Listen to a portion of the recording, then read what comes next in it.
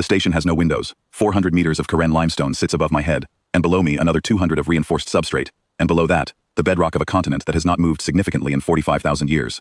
The designers wanted it that way. No light from the surface, no vibration from the city above, and there is a city above now, with towers that reach half a kilometer into the sky, and a transit grid that moves 9 million people a day without a single surface road. The city does not know the station exists. The station prefers it that way. My name is Archivist Sen Valdrin Kareth. The station carries my family's name because my family has staffed it, in one form or another, for 22 generations.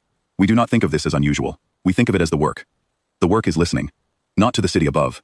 Not to the orbital platforms. Not to the carrier groups that hold station in the outer lanes. Not to the forward posts at the edge of the system, where humanity's reach now extends far enough to embarrass the species we once were. All of that we track, of course. The station has feeds for everything. But that is not the work. The work is older. The work is a specific set of frequencies that have been open and recording, without interruption, for 45,000 years. The Kethavari Listening Compact seeded those frequencies when they were here. They arrived in our sky before we had written language. They built receivers on 3 continents, left a monitoring package in high orbit, and designated Earth as a subject station, a world under observation, its development to be logged and reported back to Compact Authority at intervals of roughly 1,000 years. They did not ask. The concept of asking did not appear to occur to them. They were a signal intelligence empire. We were a data point in one of their longer surveys. They left. We watched them go, and then, over the next 4 generations, we dismantled their receivers. Quietly, carefully. We kept the frequencies, which cost us nothing to hold. We kept the monitoring package in orbit, or rather, we let it stay, because interfering with it would have signaled that we knew it was there, and we had decided that particular knowledge was ours to keep, and then we began to listen. 45,000 years of listening is not a metaphor. The Valdrin archive contains every transmission the Compact has sent on the colonial frequencies in all that time. Status queries, authority reassertions, demands for subject station compliance reports, route update broadcasts, administrative reorganization notices, the occasional enforcement directive to a subject station that had gone quiet. We logged them all. We translated them in the first 8,000 years. Once we understood the Compact's language well enough, we studied their administrative structure, their enforcement protocols, their assumptions about what a subject species could and could not do. We learned the grammar of their arrogance, which was consistent and easy to read.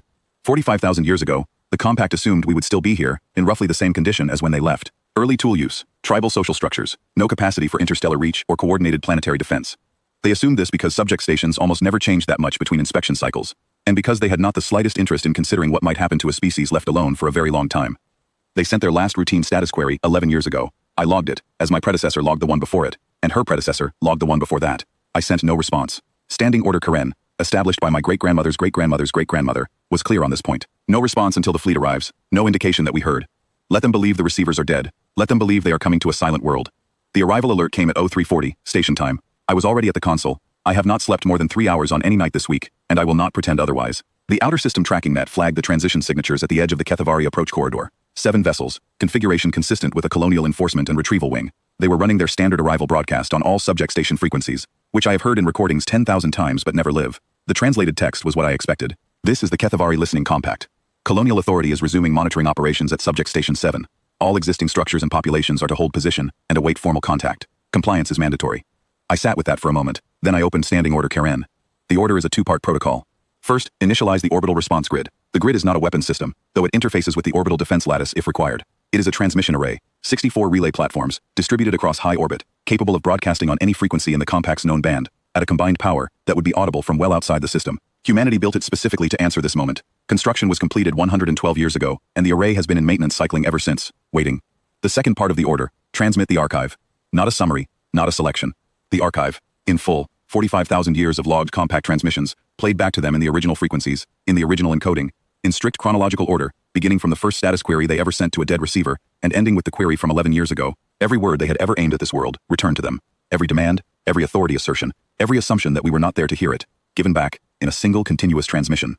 The playback duration at standard broadcast speed, just over 9 hours. I authorized the order at 0347. The array initialized in 4 minutes. Playback began at 0351. Then I activated the navigation lock. This is the part I have thought about most, over the years. The lock is not destructive. It does not harm their vessels, does not threaten their crews. It is a gravitational anchor protocol, developed through 6 centuries of accumulated physics, which meshes with the geometry of the approach corridor, and holds any vessel within it, in a stable, but completely immobilized position. They could not leave if they chose to. They could not advance. They could sit exactly where they were, and listen. I watched the fleet telemetry on the secondary screen, while the archive played. The Compact's ships held position. First, I think, because they were still parsing the transmission, and had not yet understood what it was. Then because understanding was arriving, and no one knew what to do with it. The status queries they were receiving now were their own, sent 40,000 years ago, in a format their most senior signals officer would need a moment to recognize as antique. We were playing them back in order. Oldest first, every one of them. At the 4-hour mark, one vessel attempted to move. The navigation lock answered that immediately. At 6 hours and 17 minutes, I received a hail on a frequency they would have had no reason to know we monitored. A live voice. A compact officer, high rank based on the transmission prefix. The commander of the enforcement wing, my best reading suggested. The voice was calm in the way that very controlled things are calm. It said, in Kethavari standard, you have been receiving us. I had prepared a response.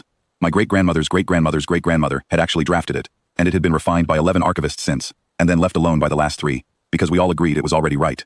I sent it. 45,000 years of your transmissions are in our archive. We have read every word. We understood your language before your empire's administrative era on Record 7 began. We understood your enforcement protocols before you issued them to the stations that went dark. We understood what you assumed about us, and we spent 45,000 years preparing the answer. You are currently experiencing the first half. The second half is the world you came back to. They spent another 20 minutes in silence.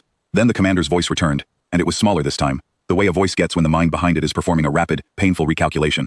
It asked what we wanted. I told them we wanted nothing from them.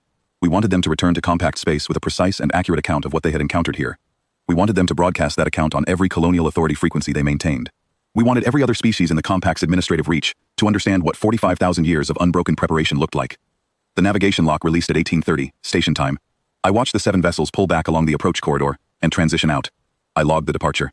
I closed the transmission record for the archive playback. Total duration 9 hours and 4 minutes. Total transmissions delivered 45,000 years of compact signals, and filed it with the standard notation. Standing order Karen. Executed. Outcome. Fleet departed. No shots fired. No casualties. Then I opened a new file and began logging the contact record, because that is what you do when the work produces a result. You document it. You pass it forward.